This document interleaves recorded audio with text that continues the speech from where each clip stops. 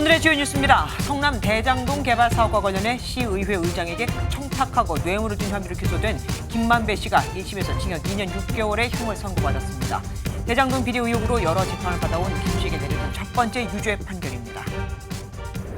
지난 대선을 앞두고 당 관련 인사에게 식사를 제공한 혐의를 받는 이재명 더불어민주당 대표의 배우자 김혜경 씨가 재판에 넘겨졌습니다. 검찰은 김 씨가 수행비서와 공모해 공직선거법상 기부 행위를 한 것으로 보고 있습니다. 국민의힘이 경선 없이 본선에 직행할 수 있는 단수 공천 후보자 25명을 발표했습니다. 서울에선 권영세 의원과 나경원 전 의원이 이름을 올렸는데 대통령 40년지기로 알려진 인사와 대통령실 출신 인사들은 포함이 되지 않았습니다. 아시안컵 준결승전을 하루 앞두고 축구대표팀 주장 손흥민이 이강인 등 후배들과 다투다 손가락을 다친 사실이 뒤늦게 알려졌습니다. 클린스만 감독이 전술 부재에 선수단 관리도 실패했다는 비판이 더해지면서 경질 가능성은 더 커졌습니다.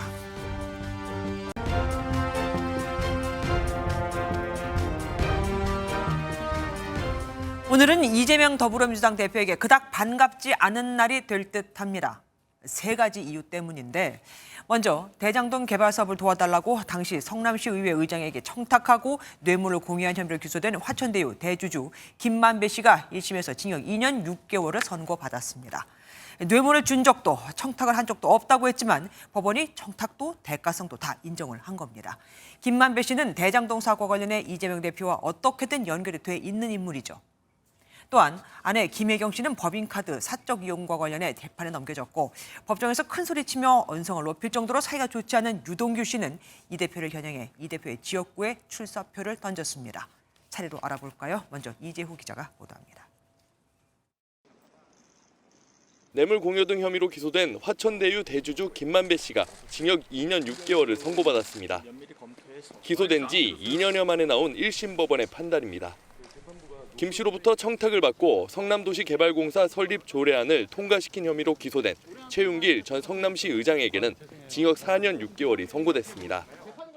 다만 재판부는 증거인멸 우려가 없고 재판의 성실이 임한 점 등을 고려해 김 씨 등을 법정 구속하진 않았습니다. 재판부는 먼저 성남도시개발공사 설립이 대장동 사업의 출발점이라고 봤습니다.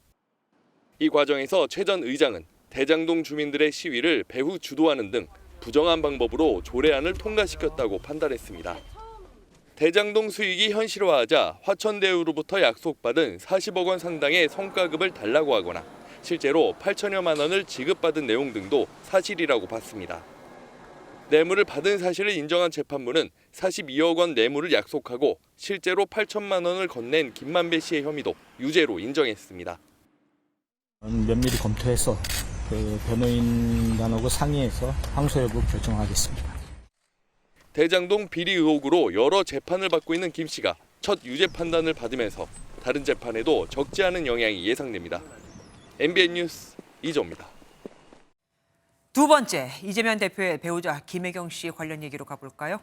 김혜경 씨는 경기도 법인카드를 사적으로 이용한 혐의로 조금 전에 재판에 넘겨졌습니다. 앞서 김혜경 씨의 수행비서로 법인카드를 여기저기 쓰라고 지시했다는 배모 씨는 항소심에서도 징역 10월에 집행유예 2년을 선고받았는데 검찰은 그동안 김혜경 씨를 공범으로 보고 추가 수사를 이어가고 있었습니다. 윤규란 기자가 보도합니다. 공직선거법 위반 혐의로 재판에 넘겨진 김혜경 씨의 수행비서 배모 씨가 2심에서도 징역형을 선고받았습니다.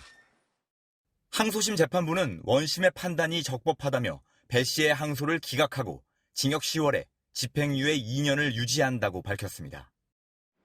선고 결과를 듣고 재판정 밖으로 나온 배 씨는 취재진의 질문에 아무 대답도 하지 않았습니다.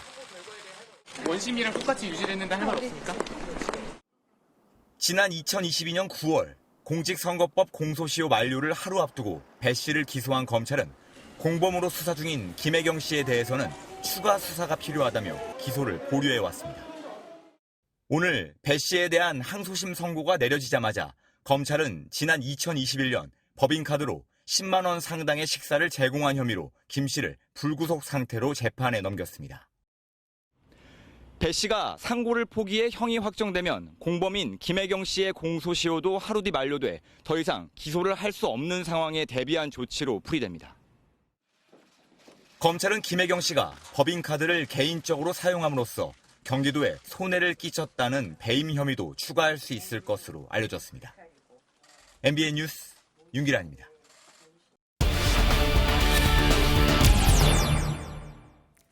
앞서 전해드린 재판 결과는 모두 이재명 민주당 대표에게 좋지 않은 그야말로 악재입니다. 추성남 기자와 조금 더 깊이 알아보겠습니다. 어서 오십시오. 화천대유 대주주 김만배 씨가 징역형을 받았습니다. 그런데 이게 시작이라고요? 네, 그렇습니다. 오늘 재판은 2012년 김 씨가 최은길 당시 성남시 의회 의장에게 금품을 주기로 하고 청탁한 것과 관련된 건데요. 네. 김 씨는 대장동 관련 수사가 시작된 이래 현재까지 모두 7건이 기소됐습니다. 첫 재판에서는 무죄를 선고받았는데요. 지금 화면에 쭉 나오고 있을 텐데 지난해 2월 곽상도 전 의원에게 50억 원을 준 혐의와 관련한 1심이었습니다. 네. 오늘 재판이 시점상으로 보면 두 번째였던 겁니다. 네. 김 씨는 앞으로 줄줄이 재판을 받아야 하기 때문에 오늘이 시작이라는 말이 나오는 겁니다. 기자들 사이에서는 김 씨가 마치 20개의 고개를 넘는 것 같다는 표현이 등장하기도 했고요. 네. 재판 1시간 30분 전에 기자들의 눈을 피해 일찍 법원으로 들어간 김 씨는 재판 내내 담담한 표정으로 일관했습니다. 아마도 긴 싸움이 되겠구나라는 마음이 얼굴에 그대로 드러난 듯 보였습니다. 물론 정확하게 확인할 수는 없겠지만 지금까지 알려진 바로만 김만배 씨는 대장동 사업으로 얼마를 벌었다고 하나요? 일단 2022년 5월에 언론 보도를 좀 살펴보겠습니다. 네. 당시 김 씨가 대장동 개발 사업의 예상이익을 이른바 50억 원 클럽 인사 등에게 배분하자고 언급한 녹음 파일이 법정에서 공개됐습니다. 네. 이 녹음 파일에서 김 씨는 총 320억이지 320억이면 나눠 가지면 되니까라는 대목이 나오고요. 네. 지난해 2월에는 검찰이 김 씨의 대장동 범죄 수익 1,270억 원을 추가로 몰수 추징 보존했습니다. 그러면서 현재까지 대장동 개발 사업과 관련해 총 2,070억 원을 추징 보존했다고 했으니까 정확하지는 않아도 최소 2,400억 원 이상이라고 추정해 볼 수는 있겠습니다. 다시 들어도 크긴 큽니다. 그리고 이재명 민주당 대표의 배우자 김희경 씨, 이분도 기소가 됐잖아요. 네, 그렇습니다. 근데 이 부분은 조금 설명이 필요합니다. 네. 이 공직선거법 위반 혐의로 재판에 넘겨진 사람은 전 경기도청 별정직 공무원 배모 씨입니다. 검찰은 2022년 9월 공직선거법 위반 공소시효 완성을 하루 앞두고 이 배 씨를 먼저 구속 기소했고요. 불구속 기소했고요. 김 씨는 추가 수사가 필요하다며 기소하지 않았는데요. 이 형사소송법을 보면 공범이 확정 판결을 받을 때까지 다른 공범에 대한 공소시효는 정지됩니다. 여기서 공범은 배 씨, 또 다른 공범은 김 씨가 되겠죠. 네. 배 씨가 상고를 포기해야 형이 확정되면 김 씨 혐의에 대한 공소시효도 비로소 완성이 됩니다. 네. 검찰은 오늘 오후 4시쯤 배 씨의 상고 여부가 나오기 전에 김 씨를 기소했다고 밝혔는데 이 사건을 취재해온 기자들은 검찰이 상고 포기에 대비해서 우선적으로 기소를 결정한 것으로 보고 있습니다. 사실 이재명 대표가 경기도지사일 때 쓴 거는 그러니까 사적으로 법인카드를 쓴 거는 과일값도 있고 샴푸값도 있고 한데 왜 이것만 기소한 거죠? 나중에 추가하려고 그런 겁니까? 일단 검찰은 이 공직선거법 위반 혐의만 기소한 걸로 보시면 됩니다. 왜? 공소시효가 얼마 남지 않았기 때문입니다. 사적으로 사용했다는 여러 가지 의혹에 대해서는 다른 혐의, 그러니까 배임 등의 혐의를 추가 적용할 가능성이 있습니다. 그러니까 이거는 아직 지금 남겨놓은 상태다 이거군요. 두 재판 모두 이재명 대표와 직간접적으로 얽혀 있습니다. 그러면은 사법 리스크가 수그라들기커녕 더 거세지겠는데요? 네, 그렇습니다. 어제 그 성남 백현동 일대 개발과 관련해서 이 김인섭 전 한국하우징 기술 대표가 징역 5년을 선고받았습니다. 그랬네요. 또 법원이 어제, 오늘 이 두 차례에 걸쳐서 검찰이 기소한 사건에 대해서 줄줄이 유죄 판결을 내린 만큼 이재명 대표의 사법 리스크가 계속 거론될 것으로 보입니다. 정치권 일각에서는 지난 대선부터 시작된 이 대표의 사법 리스크가 이번 총선까지 계속 이어질 것으로 전망하고 있습니다. 민주당 입장에서는 지금 지지율이 정체되어 있는 상황, 당 내분으로 인한 혼선들도 있지만 이거보다 어쩌면 더 큰 정치적 내관이 사법 리스크가 될 공산이 크다는. 아직 이재명 대표의 반응 나온 건 없죠? 이 대표의 직접적인 입장은 아직까지 나오지 않은 것으로 알려졌습니다. 다만 민주당 고위 관계자가 이 김혜경 씨 기소와 관련해서 2년을 괴롭혀왔는데 수사권으로 힘들게 하려는 거 아닌가라는 반응을 기자들에게 전달했다고 합니다. 예, 굉장히 긴 내용인데 아주 압축해서 잘 설명해 주셨습니다. 지금까지 추성남 기자와 함께했습니다. 국민의힘이 단수 공천 지역 이른바 1호 공천 결과를 발표했습니다. 어제 서울, 광주 등 공천 심사를 한 결과를 오늘 바로 내놓은 건데 이들은 경선 없이 본선에 직행하게 되죠. 권영세 의원과 나경원 전 의원 등 서울 19명을 포함해 25명이 확정됐는데 여기서 눈여겨볼 게 있습니다. 윤석열 대통령의 40년 지기로 알려진 인사가 탈락하는 등 대통령실 출신 인사들은 이름을 아예 올리지 못했다는 겁니다. 한동훈 위원장의 강조해온 시스템 공천 원칙이 일단은 반영됐다는 평가가 나옵니다. 국민의힘 상황 먼저 정태진 기자가 보도합니다. 국민의힘이 단수 공천을 확정한 곳은 서울과 광주, 제주 지역의 25곳입니다. 서울에선 용산 권영세 의원, 동작을 나경원 전 의원, 광진갑 김병민 전 최고위원, 광진을 오신환 전 의원이, 강남 3구에선 서초갑 조은희, 송파을 배현진 의원이 선택받았습니다. 수도권 최대 승부처인 한강벨트 공천을 서둘러 수도권 의석을 탈환하겠다는 의지가 담긴 것으로 풀이됩니다. 빨리 해가 선거운동 열심히 하시라고, 그래서 거기 승리공천에 좀 더 가까이 갈 수 있다. 눈에 띄는 건 대통령실 출신들은 한 명도 이름을 올리지 못했다는 겁니다. 윤석열 대통령의 40년 지기 친구로 알려진 석동현 전 민주평통 사무처장은 컷오프, 공천 배제됐습니다.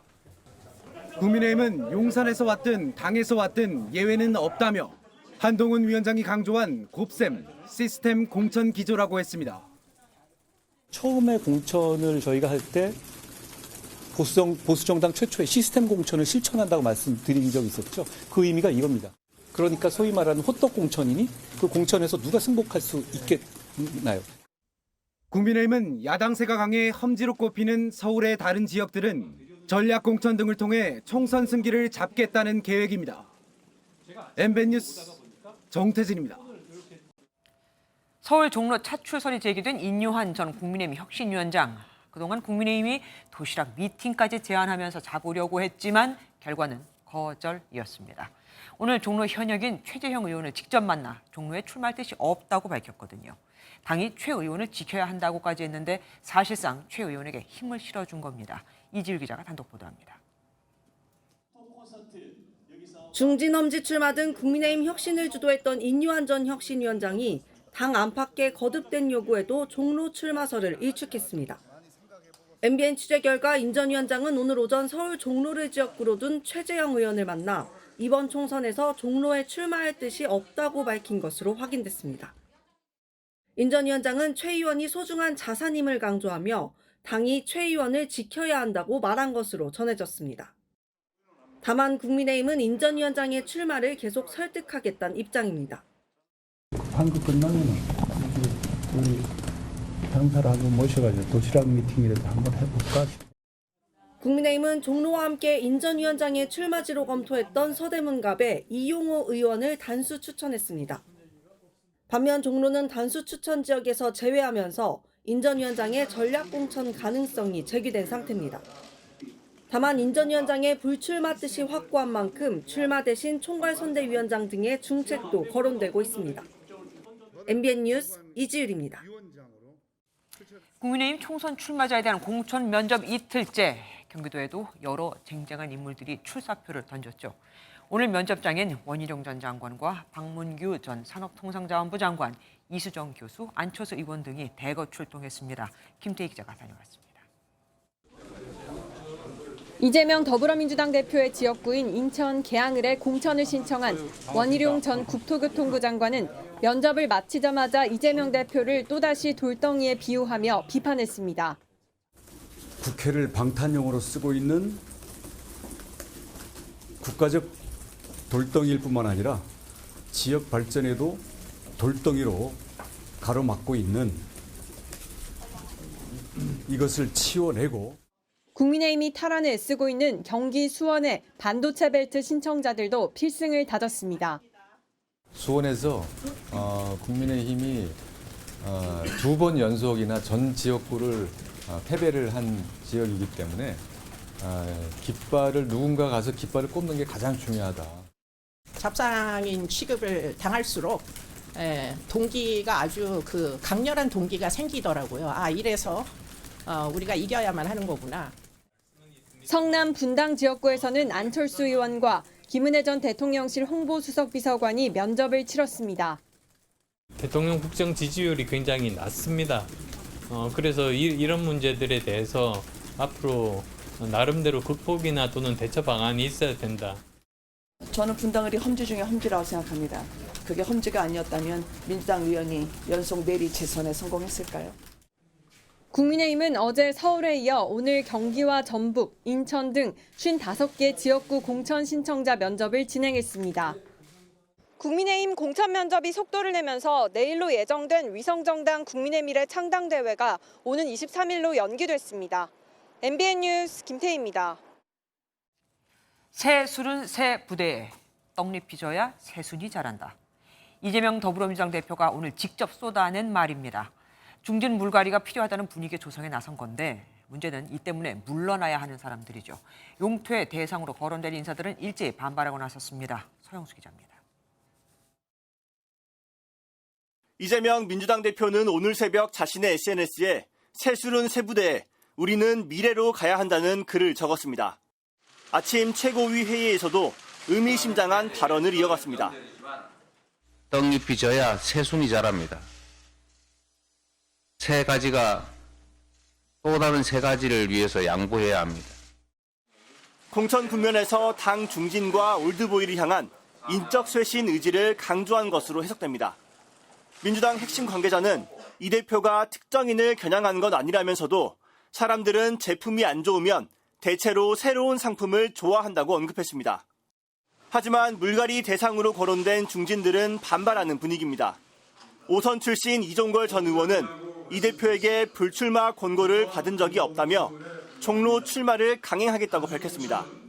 최근 이 대표와 만난 뒤 불출마를 택한 삼선 인재근 의원은 전략공천 가능성이 나오는 친명계 김남근 변호사는 지지하지 않는다며 불편한 심기를 숨기지 않았습니다.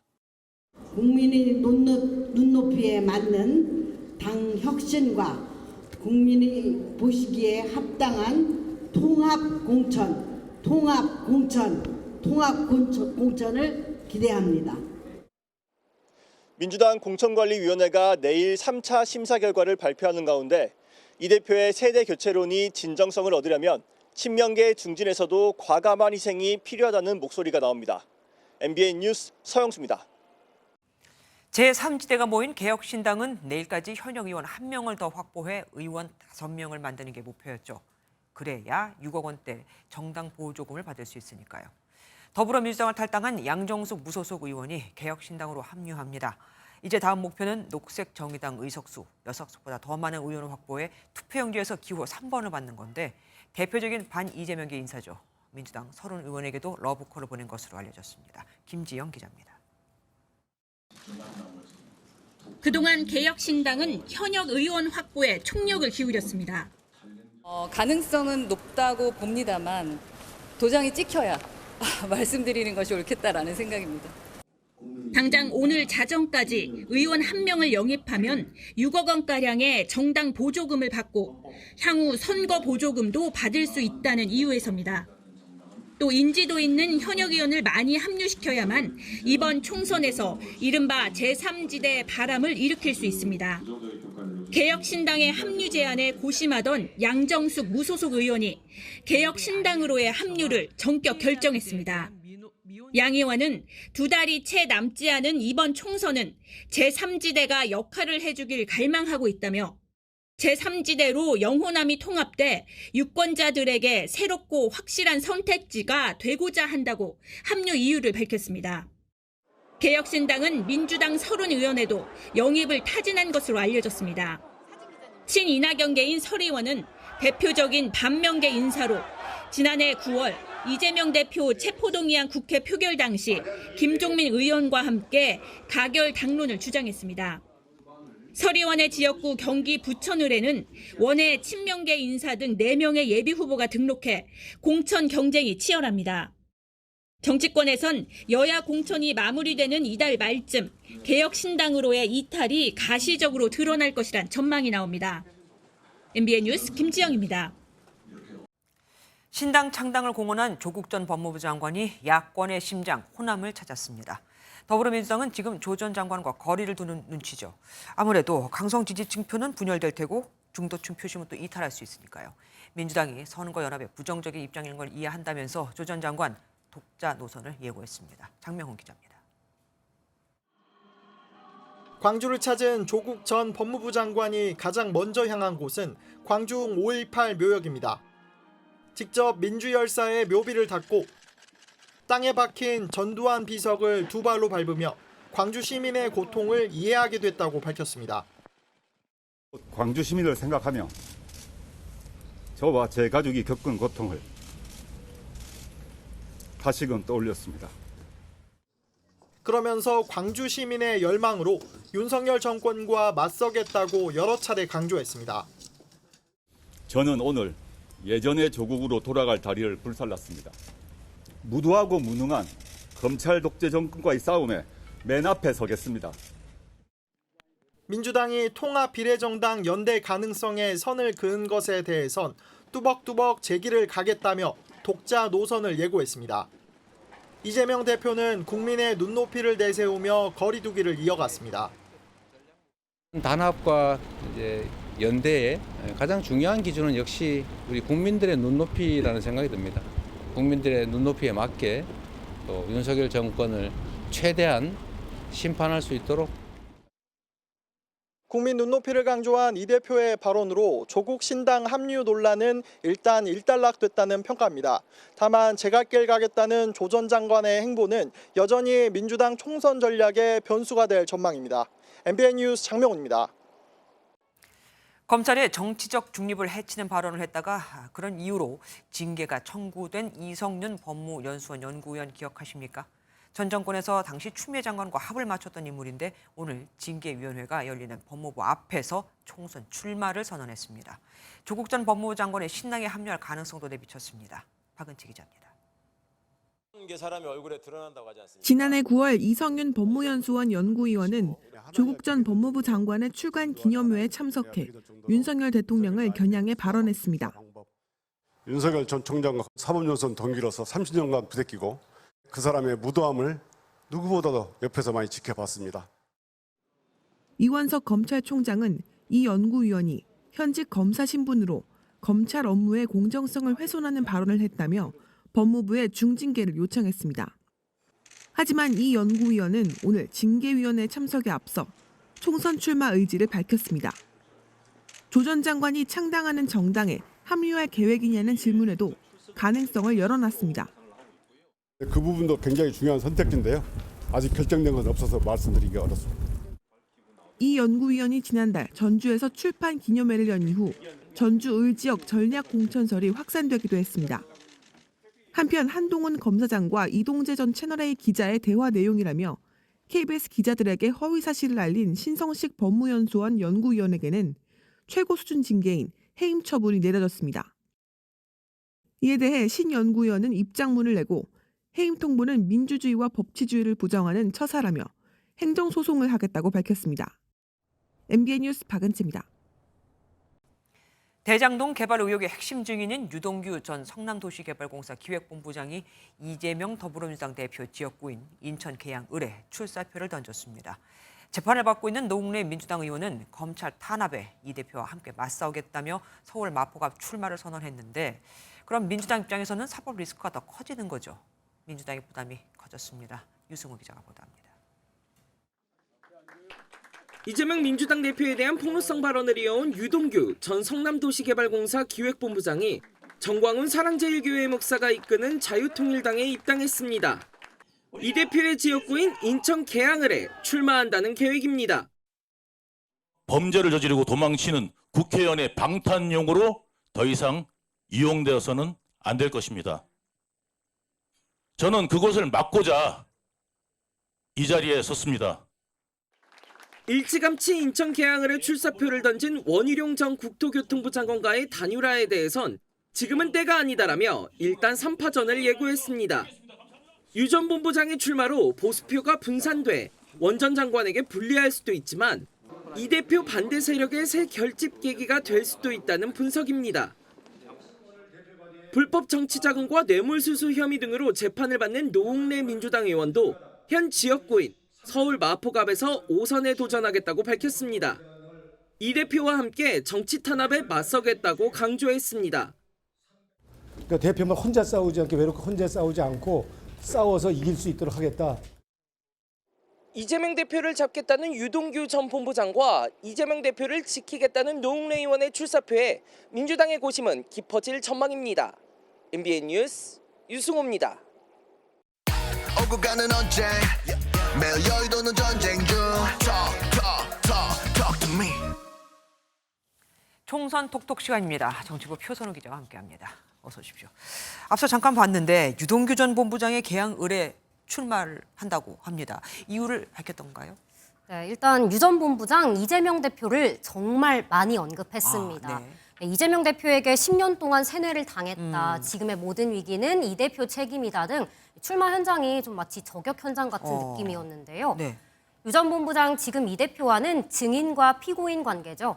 재판장에선 증인이라서 네, 아니오만 대답할 수 있는데 지지율이 5%가 넘으면 TV 토론에 나갈 수 있다면서 지지를 호소했습니다. 제가 반드시 토론에 나가서 이재명의 두 얼굴을 낱낱이 보여드리고 제 눈을 똑바로 보고 어떻게 말하는지 보고 싶습니다. 그러니까 TV 토론에 나와서 좀 더 많은 말을 하고 싶다 뭐 이거네요. 그런데 개항을은 안 그래도 국민의힘 원희룡 전 장관이 출마를 한다고 하잖아요. 이 대표 반응은 뭐라고 합니까? 일단 이 대표와 민주당 따로 반응은 하지 않았습니다. 다만 여당인 한동훈 국민의힘 비상대책위원장은요. 문제가 있는 분이 민주당을 완벽하게 장악하고 있고 출마는 우스꽝스럽다면서 이 상황은 이 대표 책임이라고 화살을 돌렸습니다. 결국은 또 이제 이 대표라고 합니다. 한 위원장 거의 매일 이 대표를 저격하고 있지 않습니까? 네, 오늘은요. 정치 왜 하냐고까지 묻더라고요. 어제 징역 5년을 선고받은 김인섭 백현동 로비스트를 언급하면서 이 대표는 더 중한형을 선고받을 것이라면서 나온 말입니다. 오늘도 뭐 최고위 같은 데서 뭐 져놓고 좀 하하거리면서 웃기만 하시면서 실제로 그 답은 안 하시던데 그러려면 정치는 왜 합니까? 그렇게 도망다니면서 자기가 직접적으로 문제되는 거에 대한 답을 안 할 거면 정치는 왜 하는 거예요? 와, 셉니다. 그런데 한 위원장도 오늘 누군가에게 좀 당했습니다. 네, 한 위원장이 개혁신당을 위장 결혼이라고 이제 표현한 바가 있잖아요. 맞아요. 이에 대해서 이준석 공동대표가 이렇게 맞받아쳤습니다. 윤석열 대통령과 김건희 여사에 대한 비호감도를 낮추기 위한 단순한 양두구육의 역할을 하고 있다고 평가할 수밖에 없는 것입니다. 개의 머리 위에 쓰여진 양의 머리를 벗겨내는 그런 선명한 야당이 되겠다고 약속드립니다. 이 양두구육, 2022년 이 대표가 국민의힘 대표였을 때 윤 대통령을 향해 썼다가 징계를 받은 말이기도 하죠. 아, 맞습니다. 이 대표 한 위원장이 김 여사 비판에만 인색하다고 꼬집은 건데요. 한 위원장 이에 대해 제게 억으로 그러니까 관심을 끌어보려고 했던 말 또 하는 분들 많다면서 대수롭지 않은 듯 넘겼습니다. 예, 여기까지 듣겠습니다. 정치부 표선우 기자와 함께했습니다. 고맙습니다. 방송인 박수홍 씨의 개인 돈과 기획사 자금 등 수십억 원을 횡령한 혐의로 재판에 넘겨진 친형이 1심에서 징역 2년의 실형을 선고받았습니다. 함께 기소된 형수는 무죄를 선고받았는데 박수홍 씨 측은 재판부의 판단에 아쉬움을 나타내며 항소하겠다고 밝혔습니다. 이한나 기자입니다.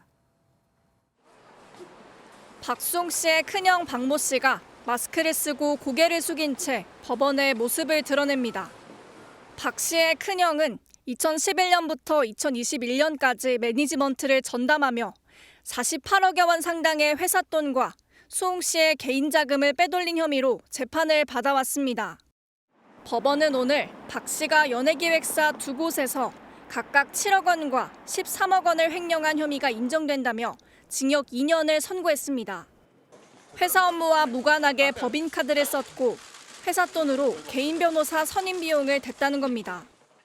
재판부는 박 씨가 세무사 조언에 따라 절세를 하려고 했을 뿐 탈세 의도는 없었다고 주장했지만 누가 보더라도 탈세에 이르는 위법한 행위다라고 못 박았습니다. 다만 박 씨가 16억 원 상당의 수홍 씨의 개인 자금을 사용한 혐의는 합리적 의심 없이 증명됐다고 볼 수 없다고 판단했습니다. 또한 일부 횡령에 가담한 혐의로 재판에 넘겨졌던 수홍 씨의 형수는 모두 무죄를 선고받았습니다. 수홍 씨 측은 법원의 판단을 받아들일 수 없어 2심에서 다투겠다고 반발했습니다. 많은 부분이 부모님 또는 박수홍 씨를 위해 사용된 것으로 추정된다라는 이유로 좀 무죄를 선고한 것에 대해서는 좀 항소를 통해 다투고자 하고. 박수홍 씨는 친형 부부를 상대로 198억 원의 민사소송을 제기한 상태인데 이번 선고가 영향을 미칠 가능성도 나옵니다. MBN 뉴스 이한나입니다. 재벌 3세 행세를 하며 30억 원대 사기 행각을 벌인 전청조 씨가 1심에서 징역 12년을 선고받았습니다. 재판부는 막장 현실이 소설가의 상상력을 훨씬 뛰어넘었다며 양형 기준이 넘는 중형을 선고했습니다. 백길종 기자입니다. 지난 2022년 4월부터 지난해 10월까지 투자자 27명을 상대로 사기를 친 혐의로 재판에 넘겨진 전청조 씨가 징역 12년형을 선고받았습니다. 검찰이 구형한 15년에는 미치지 못하지만 양형 기준 상한인 10년 6개월을 넘어서는 판결입니다. 재판부는 피해액이 30억 원에 이르고 피해 대부분이 변제되지 않았다며 용서도 받지 못하고 있다고 중형 선고 이유를 밝혔습니다. 또 징역을 살고 나오자마자 반성은커녕 특정 유명인에게 접근해 거대한 사기 범행을 기획했다며 전 씨의 약혼자였던 전 펜싱 국가대표 남현희 씨도 언급됐습니다. 전 씨가 앞선 재판에서 자신이 남 씨에 관해 했던 말이 남 씨에게 유리하게 적용될 상황이 되자 발언을 번복했다며 남 씨를 사랑했고 범행을 반성한다는 말이 의심스럽다고 지적했습니다. 전 씨의 경호팀장 역할을 하며 본인 명의의 계좌나 카드 등을 제공해 피해액을 함께 가로챈 혐의를 받는 이모 씨는 징역 1년 6개월을 선고받았습니다. 이 씨는 철저하게 전 씨에게 속았다며 공모 혐의를 부인했지만 재판부는 최소한 지난해 7월부터는 전 씨의 범행을 알고 있었던 것으로 보인다며 실형을 선고했습니다. 이 씨 측은 이번 법원 판결에 항소하겠다고 밝혔고 전 씨 측은 앞으로의 대응 방안을 검토 중이라고 말했습니다. MBN 뉴스 백길종입니다. 70대 여성이 폭행당해 숨진 채 발견됐는데 범인은 남편이었습니다. 방문을 열어주지 않는다는 이유로 술김에 범행을 저지른 것으로 보입니다. 이시열 기자가 단독 보도합니다. 서울의 한 주택가 골목으로 경찰차와 구급차가 들어갑니다. 대문 앞에는 여러 개의 경찰 통제선이 붙었습니다. 어제 저녁 7시쯤 서울 성북구의 한 다세대 주택에서 한 남성의 극단적 선택이 우려된다는 119 신고가 접수됐습니다. 경찰차라든지 119 이런 것이 많이 있었던 것 같아서 동네가 다들 수렁수렁했던 것 같아요. 현장에서는 폭행당해 숨진 70대 여성이 발견됐고 경찰은 여성의 남편 A씨를 상해치사 혐의로 긴급 체포했습니다. 그제 새벽 술에 취한 A씨는 아내가 자택 안방을 열어주지 않자 다툼을 벌인 것으로 전해졌습니다. 밖으로 나간 A씨는 자택 보일러실 방충망을 뚫고 들어가 범행을 저지른 것으로 조사됐습니다.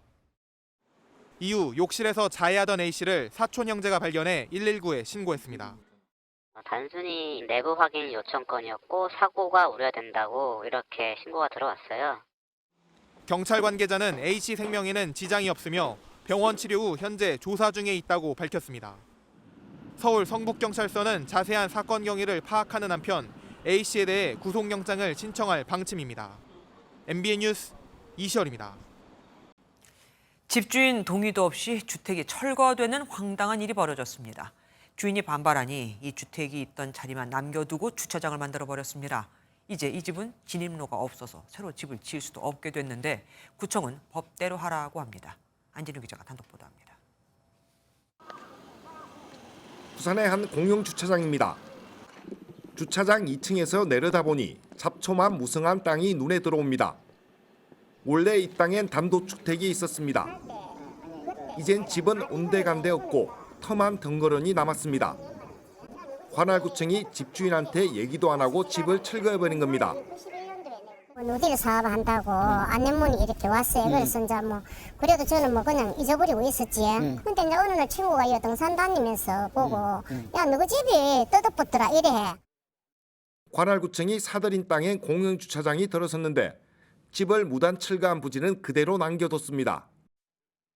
보시는 것처럼 집은 없어지고 사방이 가로막혀 공영주차장을 통해서만 진입할 수 있는 곳이 돼버렸습니다. 새로 집을 지을 수도 없는 맹지가 돼버린 겁니다. 우리 아저씨 친구가 요 위에 살았거든요. 그래갖고 이제 같이 나중에 요 살자고 모르고 뜯었다한 걸 인정을 했거든요. 저거 가고 안내문 왔는 거 보면은요. 관할구청은 실수를 인정하면서도 이미 집이 철거돼 법대로 처리할 수밖에 없다는 입장입니다. 폐공과 철거 사업이 있었거든요. 거기에 이제 포함돼가지고 아마 그것까지 철거가 된 것 같아요. 공사를 이제 의뢰를 했는데 그분들은 어느 집이 동의가 됐고 이런 걸 못 하니까 이제. 집주인은 관할구청을 상대로 손해배상 청구 소송을 제기했습니다. MBN 뉴스 안진우입니다. 그동안 대한축구협회가 클린스만 감독을 변호할 때마다 전술가라기보다는 관리형 감독이라고 강조해왔는데 이것도 아니었던 걸까요? 아시안컵 기간에 대표 선수 간 불화가 있었던 것으로 드러났습니다. 주먹질까지 있었고 이 과정에서 손가락이 골절되기도 했거든요. 이러니 팀워크가 제대로 발휘됐을 리가 없죠. 전술도 없고 관리도 못하고 클린스만 감독은 그동안 뭘 했던 걸까요? 신영빈 기자가 보도합니다. 영국 대중지 더 써니, 요르단과의 아시안컵 4강전 전날 저녁 식사 시간 도중 한국 대표 선수 간 심각한 다툼이 있었다고 보도했습니다. 밥을 일찍 먹은 이강인 등 후배 선수들이 시끌벅적하게 탁구를 치자 주장 손흥민이 쓴소리를 하며 제지했고 이 과정에서 몸싸움이 일어났던 겁니다. 보도를 둘러싸고 진위 논란이 불거지자 대한축구협회는 당시 선수들 사이에서 다툼이 있었던 게 사실이라고 곧바로 인정했습니다. 축구협회 관계자는 일부 선수와 손흥민의 마찰이 있었고 그 과정에서 손흥민이 손가락을 다쳤다고 설명했습니다. 손흥민은 요르단전 당일 오른손 검지와 중지를 테이핑한 채 출전했고 대표팀은 유효 슈팅 하나 때리지 못하는 무기력한 경기력으로 탈락했습니다. 파문이 확산하자 이강인은 SNS에 글을 올려 실망하신 분들께 죄송하다며 형들을 도와 더 좋은 선수와 사람이 되겠다고 사과했습니다. 이강인의 사과에도 클린스만 감독은 전술 부재에 더해 선수단 관리도 제대로 못했단 비판을 받게 됐습니다. 축구협회 역시 정몽규 회장에게 향하는 비판 여론을 돌리려는 의도로 대표 선수 간 불화를 이례적으로 인정했다는 의혹에 휩싸였습니다. MBN 뉴스 신영빈입니다. 몸싸움까지 했다는 손흥민 선수와 이강인 선수의 불화. 도대체 대표팀에서 무슨 일이 있었던 걸까요? 이 정도면 감정이 하루 이틀 쌓인 게 아니었던 것 같죠. 아시안컵을 현지에서 취재했던 문화스포츠부 최형규 기자와 자세한 얘기 나눠보겠습니다. 어서 오십시오. 이 두 선수의 감정 싸움 언제부터 안 좋았던 겁니까? 사실은 지난해 하반기부터 꾸준히 누적되어 왔다고 지금 이제 알려져 있습니다. 네, 운동 선수끼리 그것도 같은 팀끼리 몸싸움이라뇨. 예, 사실 이 사건은 카타르 현지 시간으로 지난 5일 저녁에 벌어진 사건입니다. 네. 당시 이강인 등 일부 20대 초중반 선수들이 저녁 식사를 마치고 탁구를 쳤는데요. 네. 여기서 소리도 좀 크게 나고 또 2시간 가까이 치니까 주장 손흥민이 경기 전날이니까 좀 자제해라 이런 식으로 얘기를 했다고 합니다. 그런데 이 과정에서 이강인이 대들면서 두 사람이 서로 멱살까지 잡게 됐고 어휴. 다른 선수들이 섞이면서 말리다가 손흥민이 결국 손가락을 다쳤습니다. 그런데 두 사람 나이 차이가 거의 10살 가까이 나지 않습니까? 화해는 했나요? 네, 화해를 하긴 했는데요. 손흥민과 일부 고참 선수들은 이강인의 명단 제외까지 클린스만 감독에게 찾아가 요청할 정도로 분위기가 좋지 않았습니다. 네. 이런 상태에서 나선 요르단전의 결과 모두 아시다시피 좋지 않았습니다. 네. 경기 후 손흥민의 허탈한 반응을 제가 직접 들었었는데요. 당시에는 패배의 아쉬움으로만 느껴졌었는데 지금 다시 들어보니까 조금 더 복잡한 심경이었던 것 같습니다. 대표팀을 계속 할 수 있을지에 대해서 생각을 해봐야 될 것 같아요. 감독님께서 저를 더 이상 생각 안 하실 수도 있고. 네, 파문이 커지자 앞서 리포트에서 보신 것처럼 이강인이 파리 시각으로 오늘 오전 10시쯤 사과문을 올렸습니다. 이른 아침부터 고민에 고민을 거듭하다가 글을 올린 것 같은데요.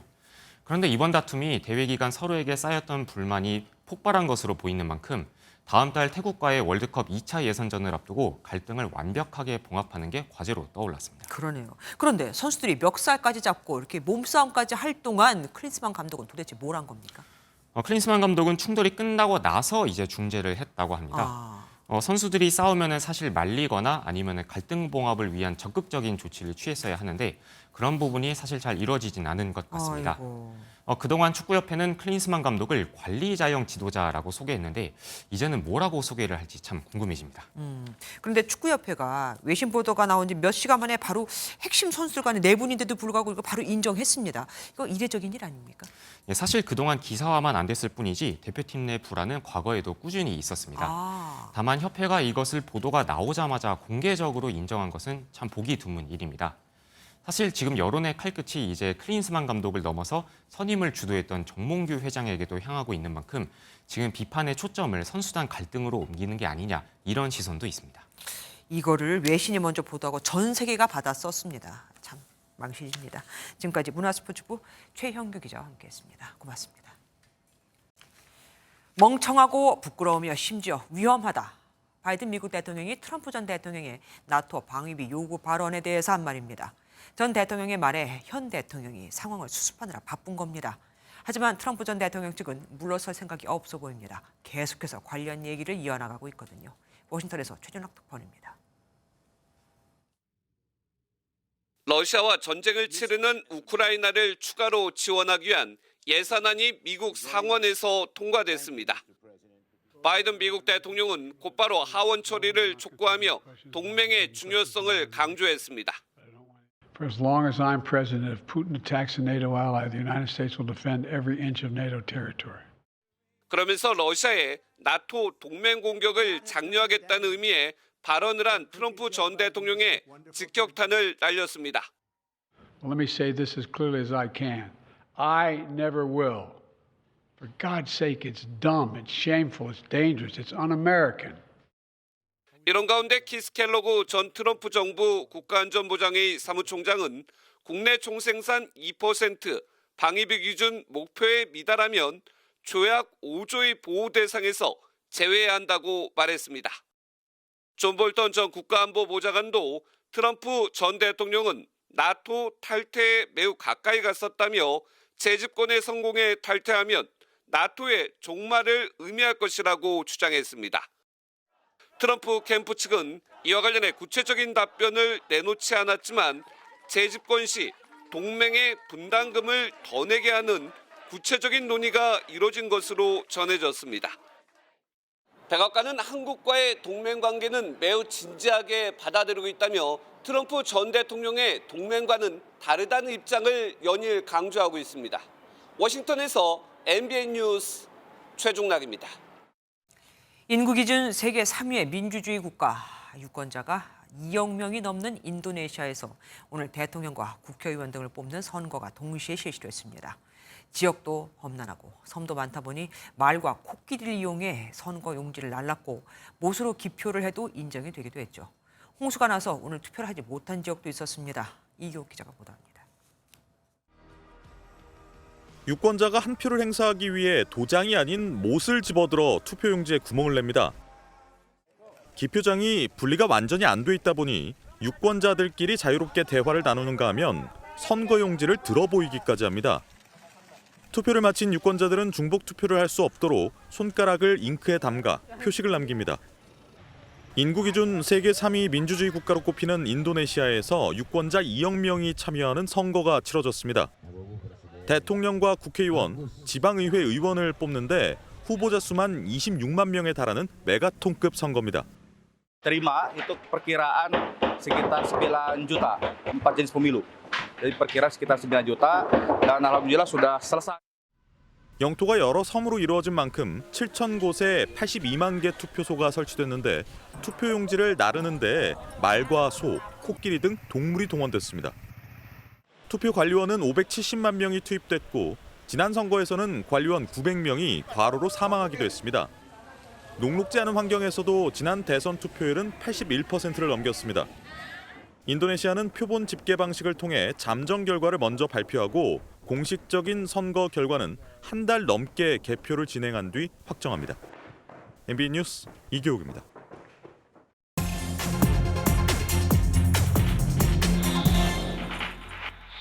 경제기자임 김태형입니다. 오늘 짚어볼 내용은 청년희망적금 만기됐는데 못 거네요입니다.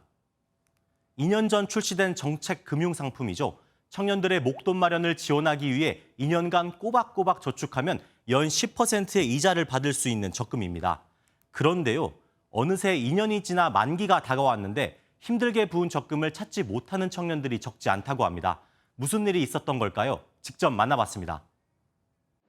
직장인 A씨, 2년 전부터 매달 50만 원씩 넣은 청년희망 적금의 만기가 다 돼 청년 도약 계좌로 갈아타려 했는데 황당한 일을 겪었습니다. 부은 돈은 1,300만 원가량인데 하루에 30만 원밖에 출금할 수 없다는 겁니다. 이제 만기일이 다가오는데 이거를 다른 데로 한 번에 빼지 못하는 상황이 있어가지고 요즘 물가나 이런 거에 비해서 너무 많이 낮은 것 같고. 알고 보니 한도 제한 계좌였기 때문입니다. 보이스피싱 범죄가 심각해지면서 2015년부터는 새롭게 계좌를 만들면 일정 기간 인출과 이체 한도가 제한되는 겁니다. 방법을 찾다 은행에 직접 찾아갔지만 더 황당한 답변이 돌아왔습니다. 마이너스 통장을 만든다던가 아니면은 영업점 갔을 때도 직원분이 신용카드를 만들면 바로 해지가 된다라고 하셨는데 저는 그런 방법은 이용하기 싫어가지고. 한도 제한 해제를 구실로 사실상 카드나 대출 영업을 하는 이른바 꺾기 의심이 드는 대목입니다. 한도 제한을 풀려고 필요하지도 않은 마이너스 통장을 실제로 만든 사례도 있습니다. 자사 대출을 이용을 하면 바로 또 풀리는 거에 대해서는 좀 허탈한 마음이 들었고요.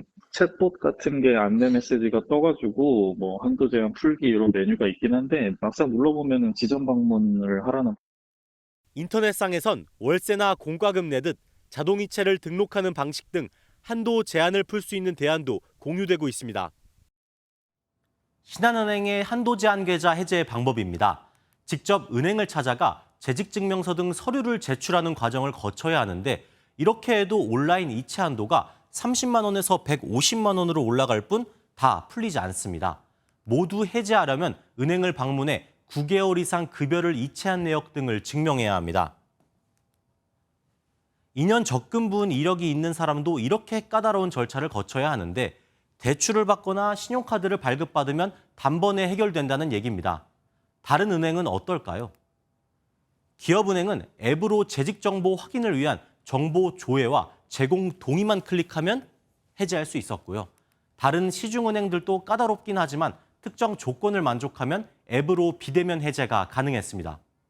신한은행은 고객과 은행 간 신뢰를 확인하는 수단일 뿐 대출이나 신용카드 발급을 유도하는 건 아니라고 해명했습니다. 그러면서도 소비자 편익을 위해 다른 은행처럼 앱으로도 한도 제한을 푸는 방안을 마련하겠다고 밝혔습니다. 보이스피싱 피해를 예방하는 것도 좋지만 이를 악용해 은행들이 대출과 신용카드 영업을 한다면 이는 주객이 전도되는 거겠죠. 지금까지 경제기자 M입니다. 직원 수가 50인 미만인 사업장에도 중대재해처벌법이 적용된 지 2주가 지났지만 중소기업인들은 현실과 동떨어진 법이라며 지금도 법 시행을 늦춰달라고 요구하고 있습니다. 오늘부터 전국을 돌며 결의대회를 열 예정인데 오늘 하루에만 무려 4천 명이 모였다고 합니다. 정설민 기자가 현장 목소리를 들어봤습니다. 중대재해 불안감에 경영의욕 사라진다! 사라진다! 사라진다! 중소기업인 4천여 명이 한자리에 모였습니다. 이들은 지난달 27일부터 50인 미만 사업장으로 확대된 중대재해처벌법 적용을 유예해달라고 촉구했습니다. 여전히 중소기업 10곳 중 8곳이 준비가 안 됐다며 대처할 시간이 필요하다고 호소했습니다. 시간과 비용이 부족하였고 어떻게 적용하여야 할지 방법조차 몰라 중처법을 지키려다 오히려 안전사고가 늘어날 것이라는 주장도 나왔습니다. 형식적인 보고용 서류 혹은 현장을 관리할 여력이 줄어드는 역설적인 상황이 벌어지고 있습니다. 또 중처법 때문에 사업주가 구속되면 회사는 결국 문을 닫아 직원들이 일자리를 잃게 된다며 대체 누구를 위한 법이냐고 되물었습니다. 직원들도 지금 눈물 흘리고 있어요. 갈 데가 없어가지고. 그러면서 정치가 경제의 발목을 잡지 않도록 29일 국회 본회의에서 중처법 적용을 2년 유예하는 법안을 통과시켜달라고 요구했습니다. 중소기업계는 오늘 수원을 시작으로 전국을 돌며 결의대회를 개최할 예정입니다. MBN 뉴스 정설민입니다. 의대 입시를 위한 학원이 따로 있다는 보도해드렸었죠. 그런데 이런 학원은 교습비도 더 비싼 경우가 대부분입니다. 이제 의대 정원이 늘어 이런 학원을 찾는 학생이 더 많아지면 문제도 더 커지겠죠. 교육당국이 서울 초중고 의대반의 과도한 학원비 단속에 착수했는데 연일 북새통인 학원과 열기를 식힐 수 있을지는 미지수입니다. 안병수 기자가 취재했습니다. 서울 한 대형 학원의 의대 입시 설명회에는 늦은 시간에도 약 1,000명이 몰렸습니다. 고3 수험생 자녀의 진로 찾기에 나선 학부모부터 가능한 희망하는 학교 쪽에 지원할 수 있는 기회, 뭘 준비할 것인가, 어떤 기회가 얼마나 열렸나가 궁금했었는데 생각보다 훨씬 더 기회가 좋으네요. 군입대전 마지막 도전에 나선 대학교 휴학생까지 발걸음이 이어졌습니다. 저는 아마 마지막이지 않을까. 원래 군대를 가려고 하다가 이제 마지막을 한 번만 더 해보자 생각을 한 거예요. 당장 올해 입시부터 의대 정원이 2,000명 늘어나며 생긴 진풍경인데 사교육비를 낮추겠다는 정부 방침과 거꾸로 간다는 우려도 나옵니다. 이에 교육당국은 설 연휴 직후인 어제부터 서울 학원가를 대상으로 과도한 학원비 단속에 착수했습니다. 특히 초등학생이 다니는 의대 준비 학원을 중점적으로 들여다볼 계획입니다. 관련해 보건 분야를 희망하는 고등학생의 사교육비는 재작년 월 53만 원 수준.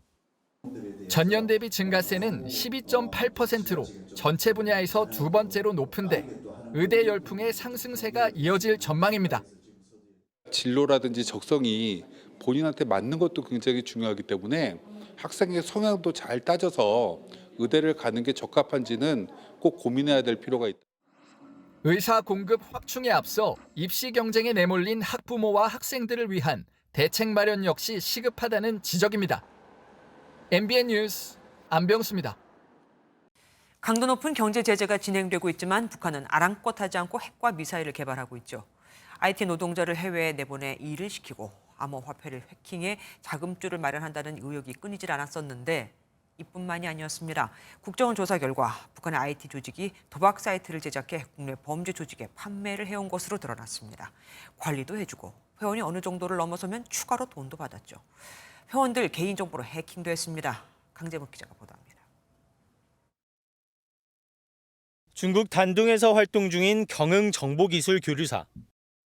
국정원 조사 결과 이곳은 김정은 일가의 비자금을 관리하는 노동당 39호실 산하 조직으로 밝혀졌습니다.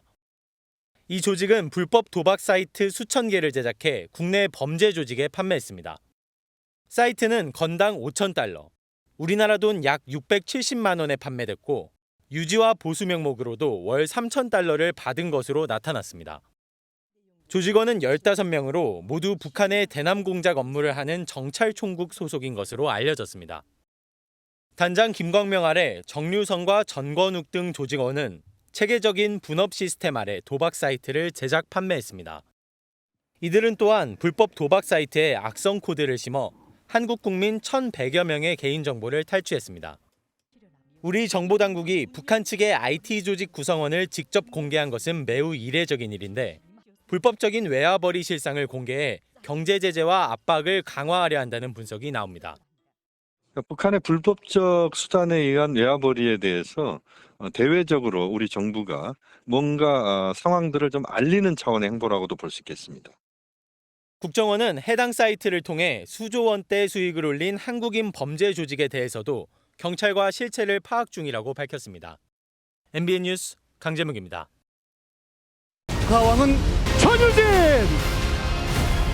전 방송사를 통틀어 주간 예능 1위를 차지하며 화제를 모아온 현역가왕이 17.3%의 높은 시청률로 대장정을 마무리했습니다. 1대 현역가왕은 2006년생으로 올해 나이 17살인 전유진 양이 차지했습니다. 김문영 기자입니다. 무리한 기교나 꺾기 없이도 가성과 진성을 오가면서 곡의 분위기를 깔끔하게 살려냅니다.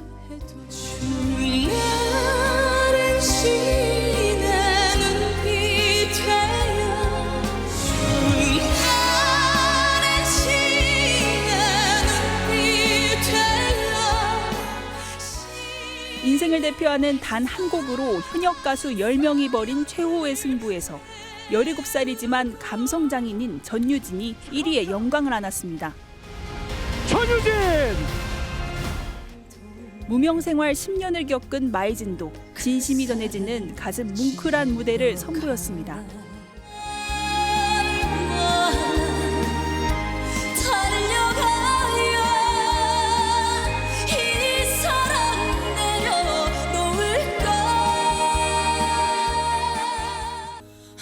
지상파와 비지상파를 포함해 주간 예능 시청률 1위를 차지한 현역 가왕이 시청률 17.3%, 최고 시청률 18.4%로 또다시 역사를 썼습니다. 첫 방송보다 무려 3배 가까이 오른 수치입니다. 방송 다음 날 우승자의 유튜브 영상도 인기 급상승 3위에 들어 화제성을 입증했습니다. 226만을 돌파한 실시간 문자 투표 등을 거쳐 뽑힌 트로트 국가대표 최종 7위는 다음 달 26일 한일전인 한일 가왕전에 출격합니다. 저희 탑세븐 언니 동생들과 함께 노력하고 좋은 무대 만들어서 일본 분들도 좋다고 느낄 수 있을 만큼 멋있는 무대 또 보여드리도록 하겠습니다. 현역 가수들이 음원 차트도 석권한 가운데 최초로 한국과 일본을 오가며 펼쳐질 한일 합작 초대형 대결에서의 활약에도 관심이 쏠립니다. MBN 뉴스 김문영입니다. 스포츠 뉴스입니다. 축구협회가 내일 오전 아시안컵 결과를 평가하는 전력강화위원회를 열고 클린스만 감독의 거취를 결정합니다. 협회 한 관계자는 다음 주까지 끌고 갈 필요가 있겠느냐는 말로 전격 경질을 암시했습니다. 박규원 기자가 보도합니다. 축구협회는 전력강화위원회를 통해 클린스만 감독 거취를 결정할 계획입니다.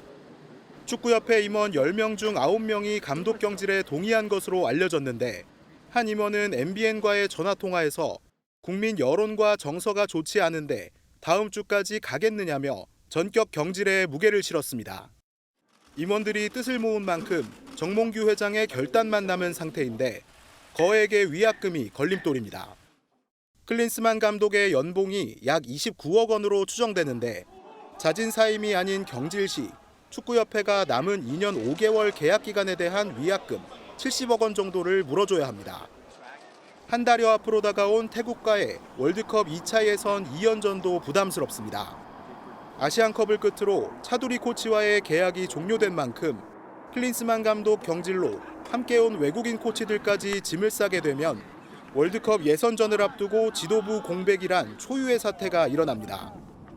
임원진 사이에서 단기간 내 선수 파악이란 측면에서 외국인보다 국내 지도자가 낫다는 의견, 태국전을 감독 대행으로 치르고 충분한 시간을 두고 새 감독을 뽑자는 의견 등이 나오는 가운데 내일 전력강화위원회에서 어떤 결론이 나올지 주목됩니다.